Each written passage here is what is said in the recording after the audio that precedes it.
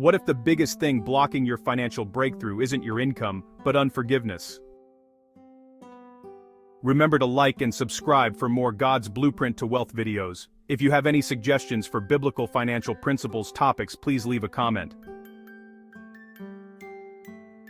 Sometimes, the biggest questions have the simplest answers. We search for meaning, for truth, for how to live, but often, the most profound lessons are found in ancient stories.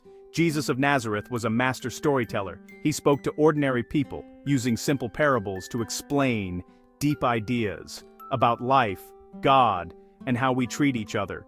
These stories echo through the centuries, still speaking to us today. One such story is the parable of the Unforgiving Servant, a story about debt, mercy, and forgiveness. Peter asked Jesus, "How many times should I forgive someone? 7 times?" Jesus answered with a story, not a number. The story challenges us to stretch our understanding of forgiveness. The scene: a teacher and a student, a question hanging in the air. How much forgiveness is enough? We keep score, remember wrongs, build walls, but Jesus offered a different way, a way of mercy over keeping score. The story is a mirror, reflecting our own struggles with grace.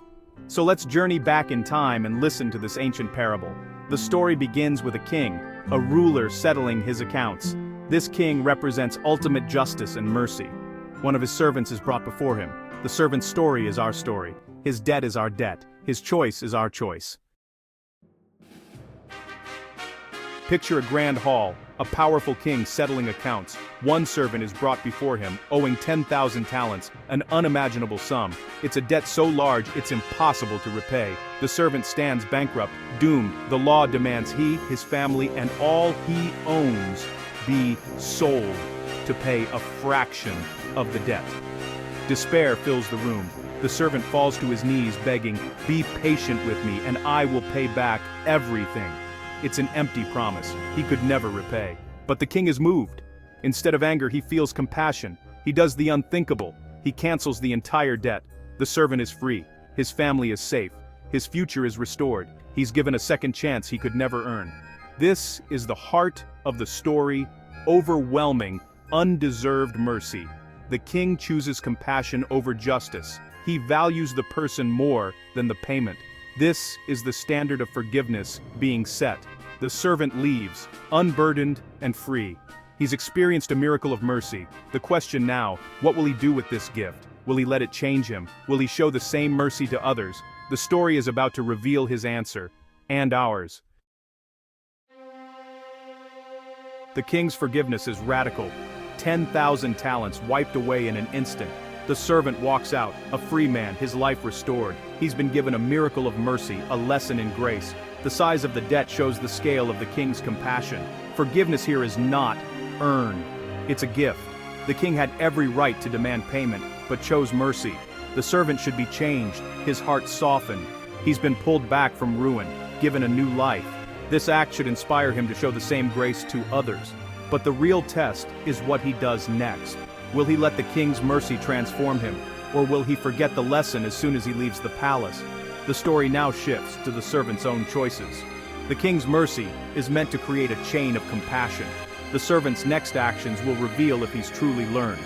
The parable asks, what do we do with the grace we've received? Do we pass it on, or keep it for ourselves? The answer defines the rest of the story, and it defines us too. The servant's test is about to begin. Will he show mercy, or fall back into old ways? The story continues.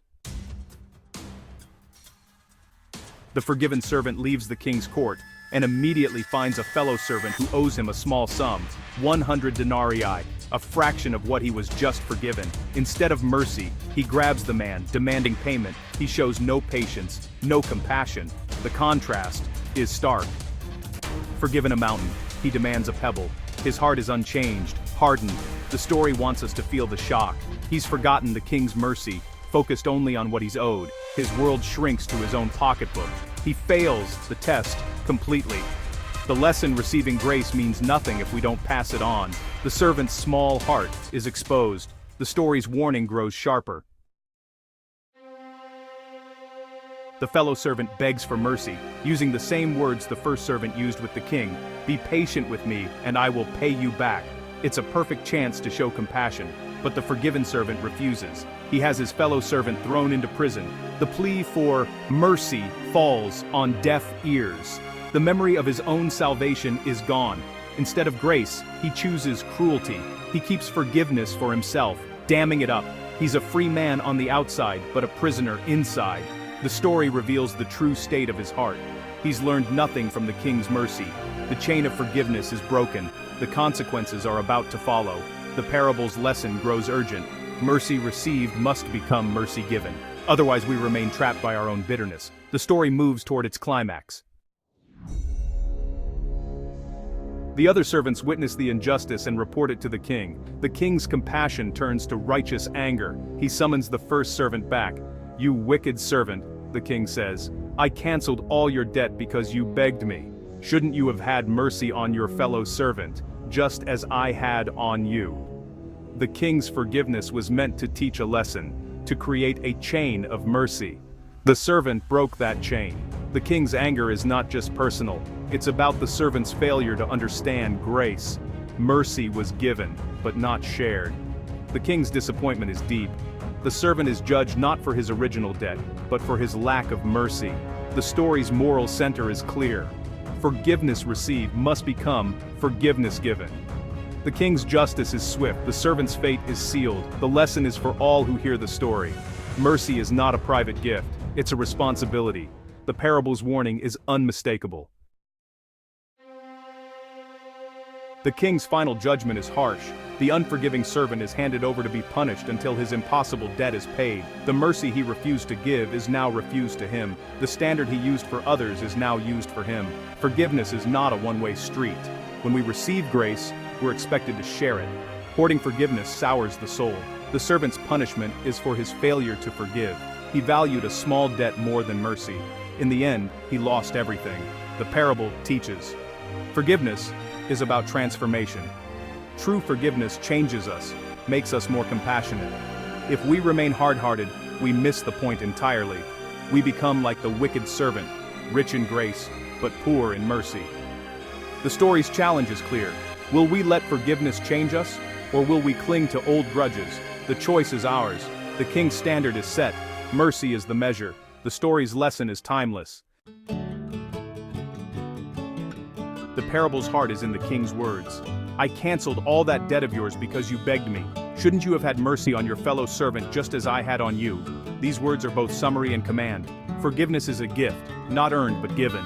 We are all the servant who owes an impossible debt. The challenge: if we've received mercy, we must give it. Forgiveness is not about the other's worthiness, but our own gratitude.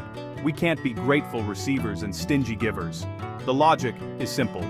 Mercy received must become mercy given. The parable turns our thinking upside down. Forgive not because others deserve it, but because we have been forgiven. The act of forgiveness is about our own hearts. The story reframes mercy as a way of life. The king's challenge is for us all. Will we answer it? What does this story mean for us today? We all carry debts, memories of hurt, betrayal, disappointment. These can weigh us down, building walls of resentment. The parable calls us to a different way: daily forgiveness. Forgiveness isn't pretending we weren't hurt, or allowing harm to continue. It's about releasing ourselves from bitterness. It's about canceling the debt, not because others deserve it, but because we have been forgiven so much. Start small. Let go of minor grudges. Practice mercy in everyday moments. The more we forgive, the more our hearts grow. The parable is a mirror. Do we see the merciful king or the wicked servant? Mercy requires humility, courage, and a desire for healing over being right. It's not easy, but it leads to true freedom. Freedom from anger, from bitterness, from the prison of our own grudges. The path of mercy is the path to a generous heart. The story's lesson is for all time. Forgiveness is a gift to ourselves and to others. The king's mercy is our model. Will we follow it? The choice is ours, every day. The financial teachings shared on this channel are based on biblical principles and are intended for educational and spiritual guidance only. They do not constitute professional financial, legal, or investment advice. Always seek counsel from a licensed financial advisor or qualified professional for your personal financial decisions. We encourage prayer, discernment, and wise stewardship in all matters related to money and faith.